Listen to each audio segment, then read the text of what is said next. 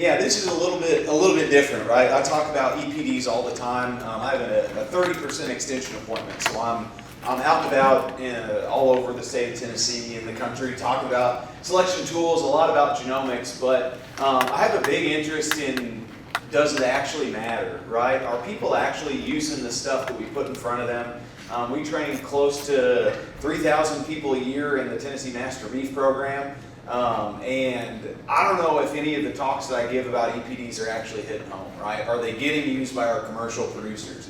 And so we set out, a colleague and I and Charlie Martinez. Charlie is a professor in the Ag Econ department and has really been a partner in all this. So it's Troy goes to Charlie's office and says, hey, I wonder if people are looking at this and this and this, and Charlie's like, all right, we'll design an experiment to look at it. And so I typically don't operate in the world of experimental design, particularly as it comes to humans, but this has been a really interesting project, diving into the behaviors, physically tracking how people are utilizing information, making them tell you how they're using information, and some lessons that I think we can take away as seed stock producers in particular, that would allow us to leverage the human side of this, right? So I'm not a marketing expert by any means, but I think that there's some nice nuggets here, especially when it comes to laying out our sale catalogs, especially as it comes to presenting information in these online sales. Some really interesting things that actual commercial producers that have done these experiments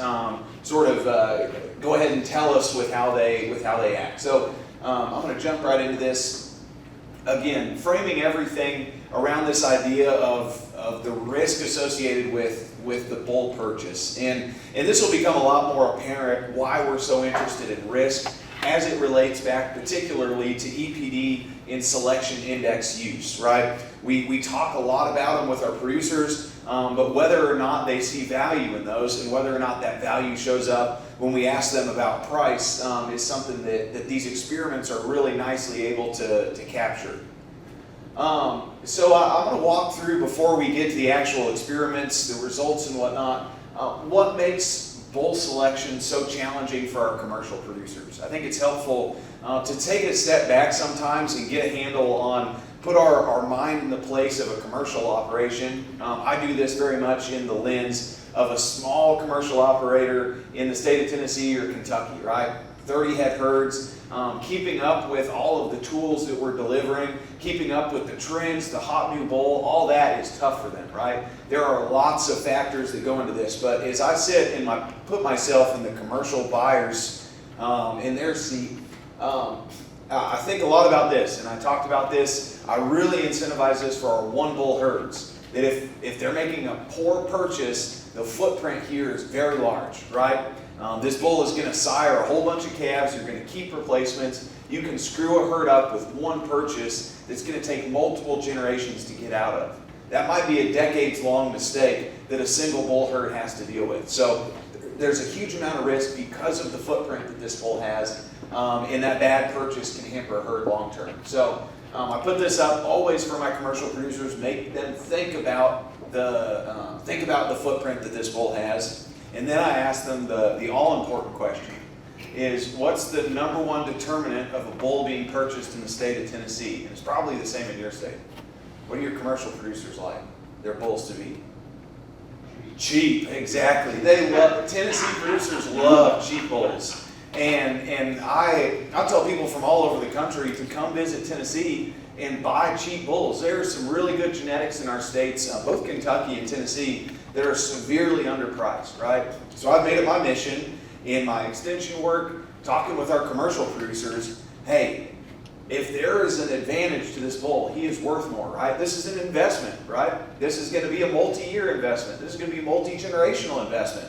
You can afford to spend $1,500 extra on a bull, and that becomes really, really easy when the cattle market is where it is. So if this bull's got a 20-pound difference in weaning weight potential for calf, we'd expect that nearly 5,800 based on last week's bluegrass report for 6-weight calves, right?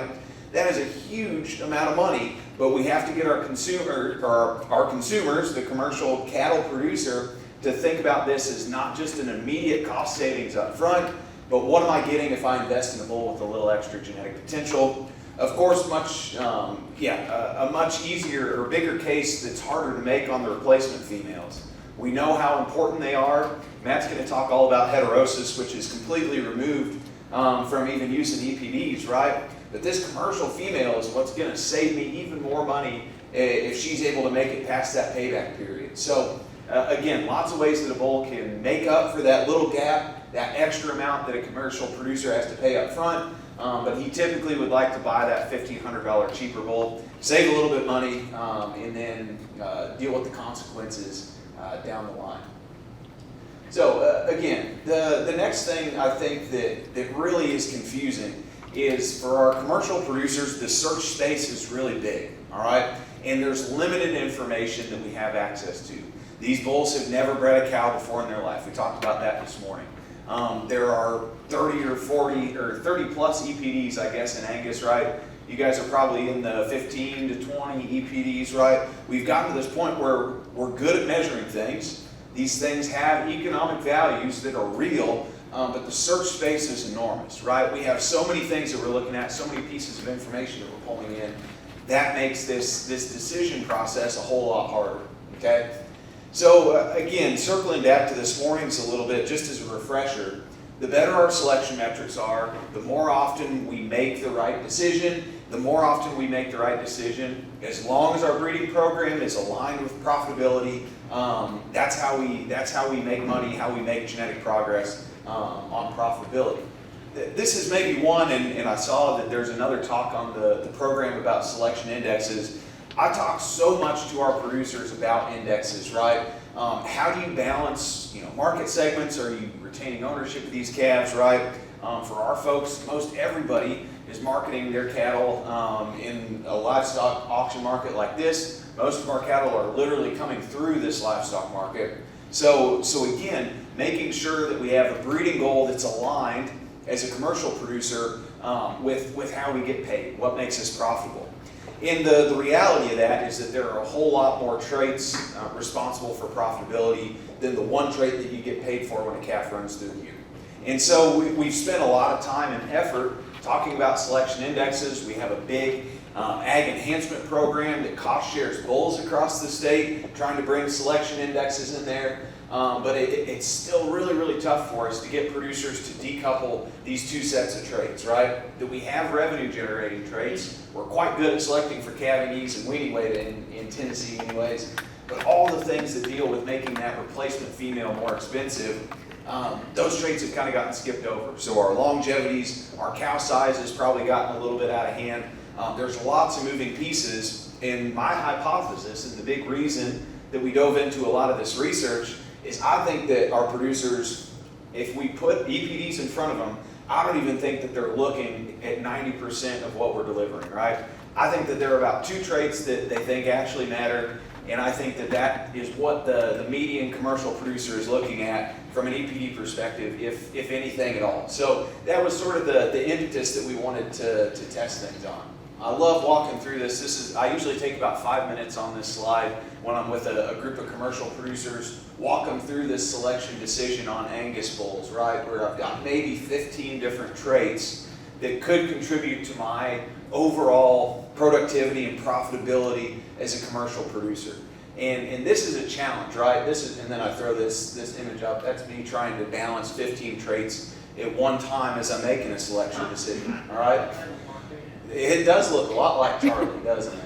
But no, I think that this is something that as a breed association, as a seed stock marketer, we really have to consider the information that we're putting in front of our producers. How much are they physically able to use, right? If they're going to flip through a bull sale catalog where we're selling, 75 bulls and we've got 20 EPDs, we don't want to hold back information because it's all important, but do we want to draw their attention to something that's going to be a little bit more aligned with their overall breeding decision being aligned with profitability? So this is what sort of keeps me up at night, is looking at bull sale catalogs and saying, I can't find the one piece of information that's actually relevant for this group, or I'm seeing 37 pieces of information, actual performance, EPDs, and 2.5 paragraphs of footnotes, right? but I can't find what I actually need. That's the big piece for me as a buyer. So again, there's so many moving pieces to these, and economic selection indexes, I think, are one of our better tools for helping to cut through some of the fuzziness here, cut through all of the information, and help a producer make a decision just based on what animal is going to help me be more profitable. And so I always try and draw our consumer, our commercial beef producers' attention to those economic selection indexes. That sort of is enough sort of context, my frame of thought around the complex decision that goes into this bull buying process. The fact that I think that selection indexes are still really underused for our commercial producers. And I'll take a step back. This is something Matt and I have talked about a fair bit as well, is that the selection index is made for the commercial producer, right? And I've seen a lot of herds from a lot of different breeds at the seed stock level get so dialed in on being, I need to be the number one. This is an Angus example. We'll pick on them again today. I need to be the number one $C breeder in the breed, right? And I will do anything at all costs to drive up $C. That's fine, but you're going to sacrifice a lot of things, right? We have got to keep these in check as seed stock producers. This is to help my commercial producer make a selection decision in a much more straightforward way. I have all these other tools, these other things that I need to tweak and balance and understand my cow herd. We make some assumptions in these indexes that allow us to extrapolate them across a big group of the commercial cattle population. But again, these are tools for commercial producers. Our job as seed stock producers is to deliver those folks this animal in a package that we're comfortable with. But again, that's for them to sort through and figure out, based on their breeding goal, which of these animals might make me the most profitable without having to sort through the whole barrage of different EPDs that we report. So in order to test this is a multi-year project, again, that Dr. Martinez's group and your AJSA president, Haley Ferguson, is a big part of how these things happen. She does a lot of work with this eye tracking software that we utilize in these experiments, and they've run experiments from things like, what all, Haley, flowers, what else have you looked at? A lot of home and garden ads. We've been to Angus Convention and we did an experiment there. A lot of field days and different expos that we have across our state. We've done forage tests as well. So the equipment can really be applied to any industry and can get all different types of behavioral results from it. Yeah, so the background of this, Charlie Martinez, my partner in this research, did his PhD at Texas A&M, and Texas A&M ran the second biggest eye tracking lab after Disney World, right? So anything consumer related that they want to understand, how is a consumer actually interacting with, looking at, and using this information to make a decision. They stick glasses or they stick stuff on a computer in our case, and they just ask, all right, what are they actually looking at? And how is that information that we gather from these softwares playing into the actual decision that gets made in a purchasing context? So we ran this at a number of state cattle conventions over the past, I guess it's been nearly 3 years now. So at Tennessee Cattlemen's each year, as well as we have partners in Alabama. We've run this in West Virginia at a bull test field day. So all over the place, getting producers in front of a computer and effectively throwing them an online auction and making them go in and make bull purchasing decisions while we watch and track where their eyes are. And once we've done that, we can start to ask some questions. Some of them are very basic behavioral economics questions. We'll look at one of those right now that do have real implications as bull sellers. And some of them are curiosities that I have from an educational perspective. As I sit in front of a bunch of our commercial producers, am I pointing them towards the wrong things, right? Where do we have some weak spots? What are we maybe doing right in the bull buying process? But again, these are the tools for the first time really ever that we've been able to get in the brain of our commercial customers and start to ask, how are you interfacing with the data, with the information that we give you in the way that we package it. And so this first experiment is a really interesting one. Optimism bias was something that I was not familiar with, but it's a well sort of understood behavioral economics topic, right? And the thought is that you have some sort of an expectation that, hey, things are going to be great. I have an expectation, so I'm going to leave here. I have an expectation that there will be no stoppages on I-75 as I head south towards Knoxville.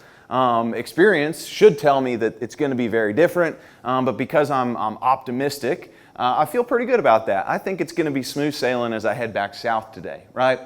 And that affects the way that we interface with buying and selling things. So we put optimism bias in the context of a marketplace, and all of a sudden what you've got is a buyer and a seller, and they're looking at the same thing and they're seeing it two very different ways, right? The buyer looks at this bull and he's like, man, that bull isn't worth anything, right? And that's your buyers, right? Your sales. And then you look at this bull and you're like, this is the next great thing, right? This bull he's worth, at least $7,000, $8,000. Your buyer looks at it and says he's maybe worth $5,000 or $6,000. And so there's this gap, right? This gap between your expectations as a seller, their expectations as a buyer, and probably somewhere in the middle is the economically sort of middle ground that we want to operate in, right? So again, we wanted to design an experiment that did a couple things. We wanted to test to see if optimism bias exists in the bull purchasing process, and if we give producers access to EPDs, does that help balance out this optimism bias? Does that help the buyer and the seller get a little bit closer together on their valuation of an animal and really strike that middle ground together?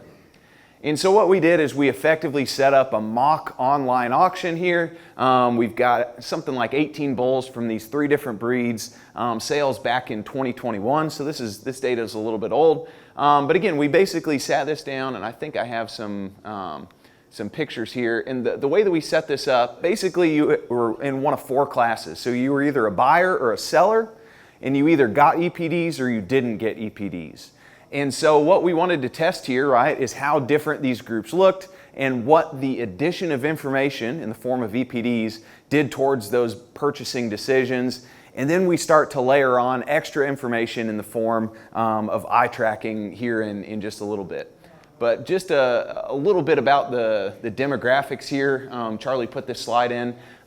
Pretty Angus skewed, as you can see, almost 80 to 85% of the folks that were in this have some sort of Angus influence in their herds. This is going to be pretty typical around here. We say that, 65% say that they use EPDs at all in their selection decisions. But some of the most important things that we ask people aren't necessarily how they interface with these things, but it's things like how confident are they? What are their risk tolerance? This is a really big one. I talk about risk in a lot of different contexts. But I think that a person that's a little bit more risk averse is going to place maybe a little bit more influence on something like EPDs, genomically enhanced EPDs, where somebody who can tolerate a whole bunch of risk, they're going to say, you know what, it really doesn't matter. I'm confident. I know what I want. I know what I need, and I'm going to go out and spend a little extra money. So we can start to tease some of those pieces out in the context of this demographic data about the folks here. And then one that I always encourage that we ask about when it comes to these survey type deals is cattle the main source of income on your operation? In the state of Tennessee and Kentucky, a pretty small percentage of our breeders where farming, particularly beef cattle farming, is the sole source of income for a family. And I think that really shifts the way that you utilize information, it shifts your risk tolerance, and it shifts your willingness to pay for some of these things when you're maybe not as profit motivated. The herd isn't the be-all end-all to make sure that you put food on the table. You can tolerate a little bit more wiggle room on either side. Those economic incentives are maybe a little bit weaker. So again, that's our experiment, and this is really what it looks like. We just pulled straight from sale catalogs. This is an example from a semi-sale. Gibbs Farms, big Simmental breeder in the southeast here. And this would be an example of what the folks that didn't get EPDs got. We've got the video made into a GIF. This just sort of rolls across in a PowerPoint type presentation. They look at this, they can look at actual birth weight, weaning weight, yearling weight. You get a frame score and some pedigree information. The only difference, right, is that we go ahead and give this second treatment group access to EPDs, right? So this is our information treatment. These are the folks that have a little bit of extra information. And then what we ask them to do is we give them some context about the price of the bulls that sold in that sale on average. And then we say, give us the price that you would be willing to pay for this bull, right? So we can start to get into price determinants, but we really want to know how accurate they would be at predicting if that bull is above average, below average, and what the magnitude of that difference might be. So the kicker here is that you get an extra $10 if you get within $500 of the purchase price. So $10 to sit down and take our experiment, and 10 extra bucks in bragging rights if you can guess the purchase price within $500. We found, particularly in Tennessee, my hypothesis about Tennessee producers liking cheap bulls is indeed correct. They nearly always undershot the bull purchase price, but the ones that didn't got an extra little price here. And then the other thing that we ask them to do is say, how confident are you in your prediction accuracy, right? And this is another funny one, right? Some people are just consistently confident in things where they're very clearly shooting from the hip. Maybe that's good in the beef industry. We need a little bit of overconfidence sometimes. But that also, in the context of a marketplace, overconfidence and way over or undershooting price can get you in a tough spot sometimes. And so the biggest takeaway from all of this in the context of that idea of optimism bias is that when we gave these people information, right? So we have our seller, our buyer, and you'll see that seller and buyer, it's a little bit hard to tell because these are tall bars all about the same size.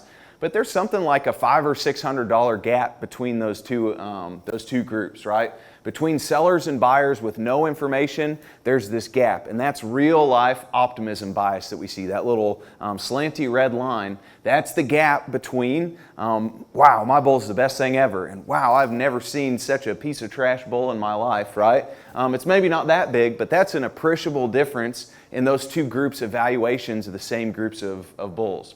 However, the interesting thing in our context is that when we give each of these groups EPDs, that optimism bias disappears, right?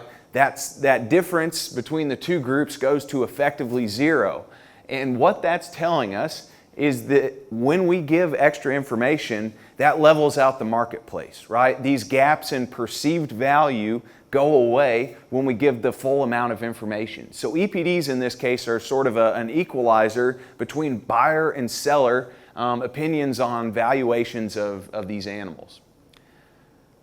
And the other thing that happens when we give people access to EPDs is that the buyers tended to increase the accuracy of which they predict the price of these bulls compared to the sellers when they get EPDs. And these are substantially lower than I don't think I may have deleted the slide that had the no EPD groups, but these are substantially higher accuracies of prediction in both buyer and seller groups when we give them access to EPDs. So when producers can go in and again, a commercial buyer or a seed stock seller in our scenario, get access to this information, it helps them better evaluate those bulls. So again, just a couple takeaways here before we get into the eye tracking and more sort of practical parts of this. Optimism bias isn't found to exist when we give folks the full amount of information in the context of EPDs. Sellers consistently make lower accuracy predictions. And I don't know if that's true necessarily in all of your operations. If you go into sale day and you come out with different thoughts about what sale price should have been at the start versus what it ended up being, but that's certainly what we looked at and saw in this data set. We found that the group of folks that had, or the biggest predictor of whether or not you accurately predicted the price was if you specified that you utilized genomics and genomically enhanced EPDs and or percentile ranks in the evaluation of your bulls. That tended to result in a higher accuracy of price prediction. And the other thing that we saw is that the risk-seeking people, so the people that were particularly, they were not averse to risk, had a lower probability of making accurate price predictions. So these people have more risk, they say that they're more confident, and they do the worst job of predicting price. So take with that what you will.